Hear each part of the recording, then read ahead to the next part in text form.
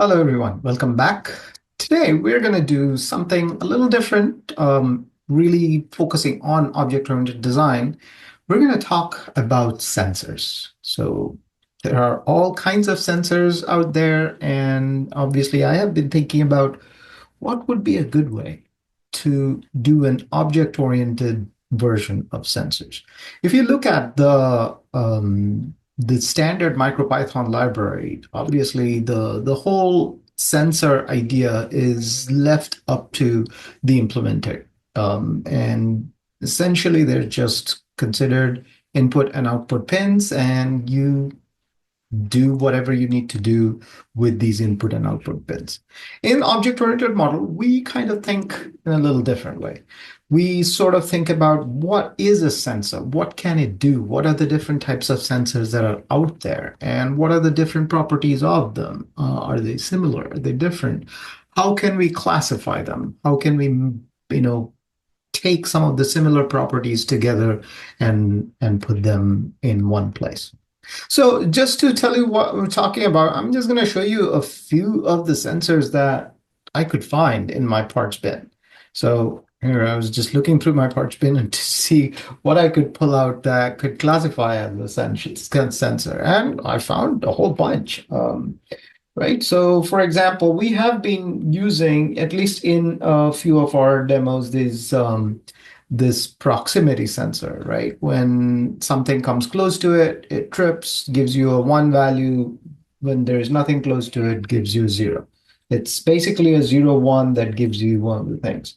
Now, of course, we have been using buttons for a lot of our projects. Technically, a button is not really a sensor, but it has the same similar properties that you push the button, it gives you, yeah, usually depending on how you have wired up the button, it could give you a 1 or a 0. But basically, the idea is it changes values between 1 and 0. We have also seen analog sensors, like, for example, the photo sensor. Very hard to see in this camera, but it's essentially you put more light to it, the resistance goes down, and it gives you a different value. When it gets dark, resistance goes high, gives you a different value. And if you think about it, that's basically the same way a potentiometer works, right? So, and that would be considered technically, you could think of that as a sensor as well. There are other things that we have worked with, like, for example, this one. This is an ultrasonic sensor, and it has a trigger and an echo pin, and you can actually measure distance with it. So, if something gets close to it, you could say that it trips when it gets closer to a certain value and things like that. There is also a DHT sensor. This is a temperature and humidity sensor. It's like combined into one little package. And in the new kit that I have got, it has this cool sensor. It's called an MPU, a motion processing unit, and that's what I was going to build a library for. And while I was working on that library, I thought maybe we should talk about sensors first before we get into that library. Why? Because this guy, this MPU or motion processing unit, I think that's what it's called. I may be wrong.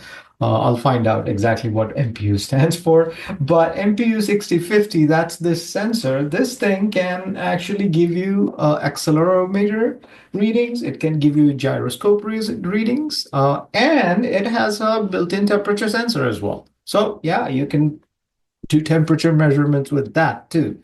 So now we have three different temperature sensors. We have this analog temperature sensor here. Again, very hard to see that tiny little black dot over there. That's actually a thermistor, and it can do fairly decent temperature measurements, completely analog.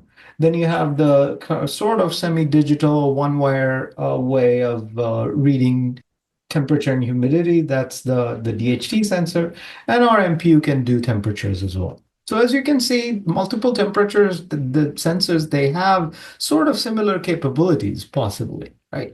So the question is, how do we design an object-oriented way? how these sensors work. So let's think about that. And what I'm going to do in this video is kind of create a design and see if we can then bring it into implementation. So I'm probably not going to, just as before, I'm not going to be writing code while we are in the video. I'll kind of go through the design, and then once I put that code together, I'm going to come back and show you the code and maybe do a demo. All right, so let's share and let's start working on it. So if you have seen, the Pico library already has a sensor class, and this is the one that we probably does need a little bit of a revision, redesign.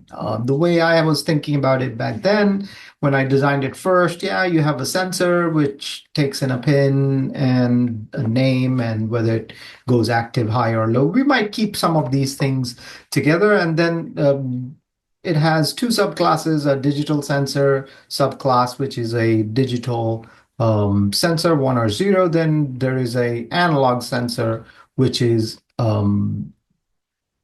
basically gives you a value between 0 and 65K. And then I created subclasses of those, like, for example, a tilt sensor, a vibration sensor, those would be digital. A temperature sensor would be analog. There are some sensors that are digital, but there is really no point thinking about them as a separate sensor. These are all digital sensors, and they just return you a 0 or 1 value depending on how they're designed. Creating separate classes for them is kind of useless because really they will have essentially the same functionality.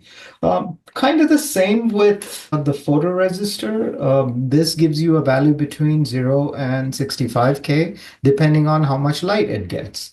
The temperature sensor, the thermistor, also gives you a 0 to 65K, depending on how hot it gets. But that's kind of useless because when you're using a temperature sensor, you really want a temperature read. Maybe we do want a separate class for that. So that's kind of the reason you need to think about when you are designing object-oriented classes. So where do we need extra functionality? That's what would determine whether you should create a new class for it or not. So let's pull up Visual Paradigm and then we can start designing. So as usual, we're going to start with the base class of sensor. And then we will start, as before, we're going to create an analog sensor and a digital sensor. Those would be the subclasses. Now, the difference between the two is analog sensor gives you a value between 0 and 65K. Digital sensor gives you a value just 0 or 1. It does not give you any other values than that, right? And typically, both of these would be controlled by a single pin, and they'll just give you that value. So let's think about like a tilt sensor, for example. A tilt sensor is a digital sensor, but you want to see if it's tilted or not, and the actual implementation might be slightly different. So you could probably say that that could warrant a new class for it. The other guys, the flame sensor, for example, or the proc sensor, these guys would just give you 0 or 1 based on what it detected. So I think a digital sensor works just fine for that. Same goes with the PIR sensor. Again, it looks complicated, but it still just needs 1 pin for getting the signal, and the signal is digital. It's either a 0 or 1, depending on whether motion was detected or not. For analog sensors, kind of the same way. A photoresistor gives you between a 0 and 65K, depending on how much light it has got, or actually how much darkness it's got. The darker it gets, the higher the value would be. A potentiometer gives you, again, a value between 0 and 65K, depending on where the potentiometer knob is located. So those would be analog sensors, and we don't need to create a separate class for that. But then this guy, the thermistor, that might need a different class because it reads a temperature, right? And just getting a value between 0 and 65K is not all that useful. So maybe having a temperature sensor is a good, a class for temperature sensor is a good idea. So let's just first put that temperature sensor class in here. I'm not doing any of the attributes and methods yet. So here is our temperature sensor class. Where would it go though? My initial thought was that temperature sensor, temperature is an analog value. It goes from 0 to something or minus something to something, depending on what the range of that sensor is. But it gives you an analog value, so it should be under an analog sensor. But then again, there are sensors that are not technically analog sensors, right? So for example, this DHT, right? Or even this one, the MPU, they're not technically analog sensors. There are multiple sensors built into one, and the interface, that's the important part, the interface between your microcontroller and the sensor, it's not analog. Since this video series is on using the Raspberry Pi Pico, as you remember, the Raspberry Pi Pico only has 3 analog pins, which means you can only connect analog sensors to one of those 3 pins. So, but you can connect the DHT to any pin you want. You can connect the MPU to any, MPU actually uses the I2C protocol, so you can connect it to any I2C pin combination. I would probably put temperature sensor in a different class by itself. And its whole purpose would be to read the temperature and send it back. So what we would do is we would create a separate class called thermistor, which is a proper analog sensor, but it reads temperatures. So what we would do is we're actually going to use the concept of multiple inheritance to make that happen. So thermistor is an analog sensor and it's a temperature sensor as well. Analog sensor is a sensor, digital sensor is a sensor, tilt sensor is a digital sensor, but a thermistor is both. Now, what this allows us to do is we can create other sensors that can read temperature. So for example, our DHT sensor it can read temperature. So it's also a subclass of temperature sensor. Now it can do other things. It can do much more than just read temperatures, but it should use the same protocol as is created by our temperature sensor. Now, since we are using Python, as you know, that we can't create an interface or an abstract class, that would have been really great to create things like these temperature sensor or just the standard sensor. They should ideally be interfaces or abstract classes. But since there is no, in-language capabilities, I know there is language extensions that you could use to sort of force it to become abstract, but we haven't quite gotten there.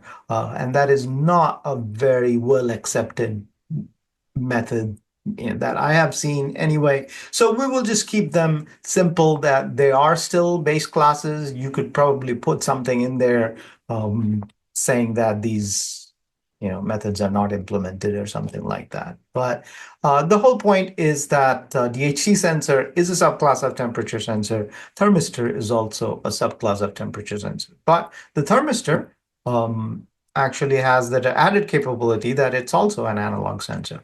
Now, this is also going to let us do something like this, and that's what we are going to talk about here is our MPU. And we will say that this is also a temperature sensor because it can read temperatures. So so the nice thing about this design is that if your purpose is to just read temperature, you can do it with a thermistor, you can do it with a DHT, or you could do it with an MPU. You can do it with any of them. And if for whatever reason you start with a thermistor, you're not happy with the performance, you want to go to a DHT or MPU, the idea is you do not need to change a whole bunch of code to do that. In fact, if you know that they all follow the same temperature sensor protocol, all you really have to do is change the instantiation to whichever sensor you're using. Everything else will work the same, right? So the way that would work is you're going to, so temperature sensor, for example, should have an operation called temperature, right? Maybe it should have a unit attribute, and by default, it will be maybe Celsius, right? So normally, if you call temperature, it's going to give you the value, the current temperature in Celsius. And that's the protocol that all of these would follow.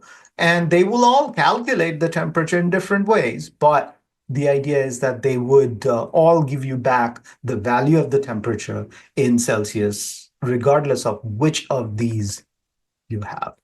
So that's essentially how you would design in object-oriented way, design the class hierarchy of sensors. I'm going to basically pause the video here and fill out the rest of the diagram. We'll probably come back and discuss that for a little bit. And then we will do the coding again off the screen, and then we will discuss. Now, there are a couple of things that we should talk about before I break.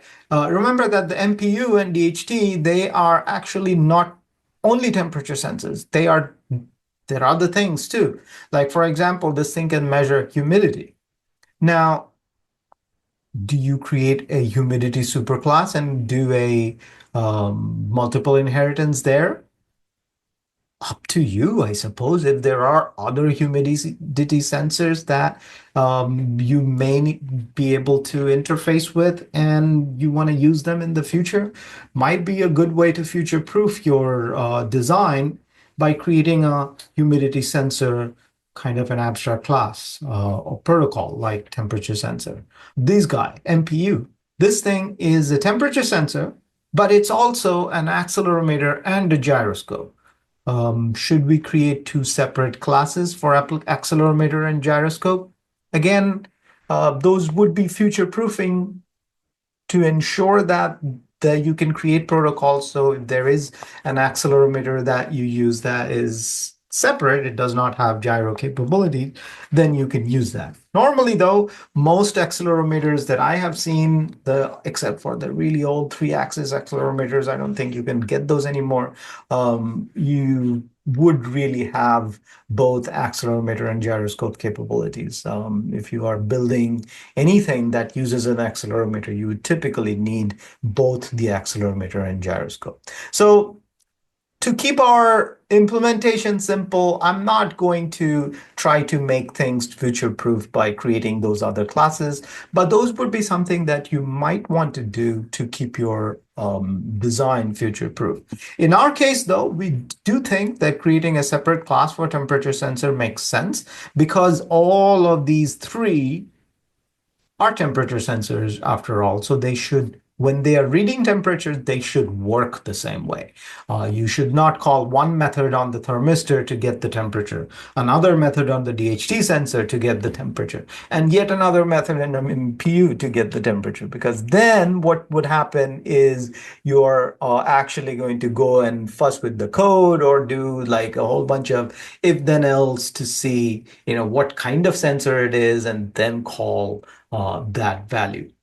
Instead of that, we just use polymorphism. We just say temperature, and it's going to return me temperature using the unit that I chose, no matter which of these I'm using. And that's the great thing about object-oriented design. So I'm going to go off camera and complete this model and then come back with the completed model, and then we will go in and mess with the code and give a demo of how our MPU works. Okay, got a little Busy to finish the video. So here I am the day after, and I had a little time to think through the design and made a few fairly minor but important updates. Obviously, I finished up the classes with the attributes and the methods. Realized that I did not talk about the ultrasonic sensor. Now, notice that one thing that I did forget was that MPU, DHT sensor are also subclasses of sensors. So that is important. Now, these guys, MPU, DHT sensor, ultrasonic sensor, these are not a 1-0 sensor. So they're not digital sensors. They're also not analog sensors because obviously they don't report analog values. They are, internally di digitally, they calculate the values, but they don't give you a 1-0 data. They give you, like, for example, ultrasonic sensor gives you a distance measurement. DHT gives you temperature and humidity, and MPU, of course, accelerometer, gyroscope, as well as temperature. So they are subclasses of sensor, and I did not put those arrows in there. Also, I realized that because DHT sensor and MPU and thermistor, they are essentially doing multiple inheritance. They are so for example, thermistor is a subclass of analog sensor, and at the same time is a subclass of temperature sensor. I decided to use the notation for realization. Okay. Normally, realization you would use when you have an interface. So you actually implement an interface. So you realize an interface. So it's similar but slightly different concept.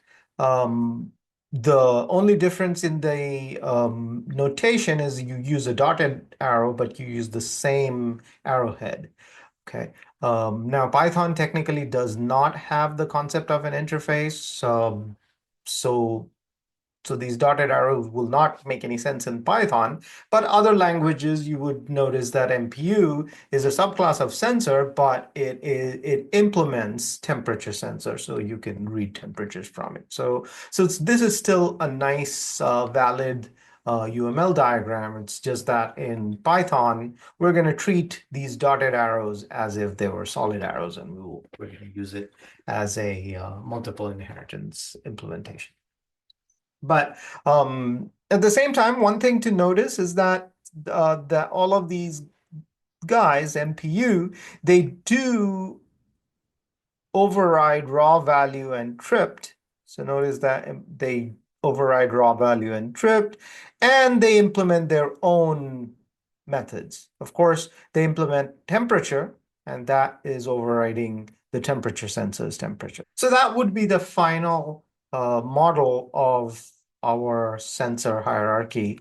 Of course, we can add other sensors to this. Real quick demo. I'm not going to do a full demo today. Just a quick demo to show you how our new MPU sensor works. And then in the next video, we're actually going to do something fun with all of these sensors and use polymorphism to deal with different types of sensors. But today, just to make sure that our MPU works, let's just go to Tawny, and I already have the MPU implementation in here. I'm going to post this into the Pico library right after publishing this video. But let's go ahead and switch to the other device. All right, so there's my box, and the MPU is right there. That's the MPU. That's a tiny little chip. You can't even see that there is a light on it. You can't really control the light. It simply just sits there. But you would see what you can do with the MPU now. So what we're going to do is it connects to the Pico using an I2C bus. So what we're going to do is we're going to initialize the MPU with an SDA and SCL. So we'll say S equals MPU is SDA equals 14, SCL equals 15. Those are the pins I have connected it to. I'm not going to give any offsets. The first time I run this, the MPU is going to calibrate and give me some calibration data. So the first time you do it, it takes a little while. If you need to recalibrate, you can just say calibrate, and it's going to recalibrate and give you the calibration data again. But now what we could do is, of course, let's prove that this is still a temperature sensor. So I can say s.temperature. And this gives me the value of the temperature in Celsius. I can ask for it in Fahrenheit. And it gives me the temperature in Fahrenheit.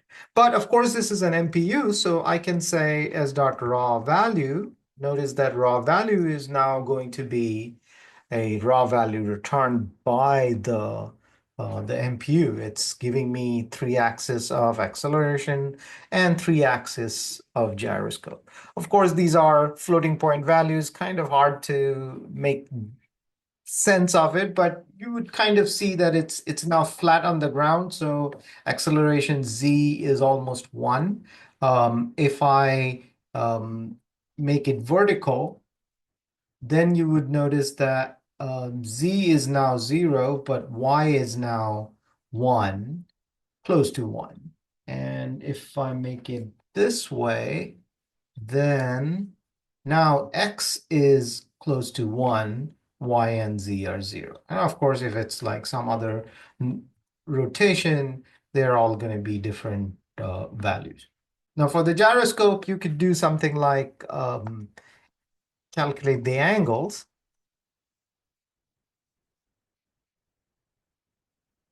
And it's going to give me the pitch and roll values. So of course, if you think about an airplane, pitch is the angle of attack. If it's going up, then the pitch is going to be like, for example, I'm about 45-degree angle. So my pitch angle should be about 45 degrees. Roll is just about 0, 1.8 degrees, not bad.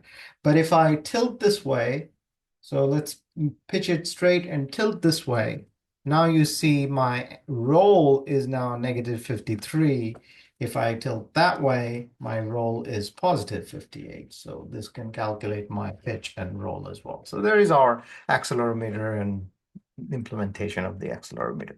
But what is important to understand is we implemented it using our object-oriented design and basically created this this hierarchy. And we're going to use this hierarchy to build something in the next video where we'll essentially try to use polymorphism to switch between different sensors and see if we can do something fun with it. But that's enough for this video. I hope you enjoyed it, and I look forward to seeing you in the next video.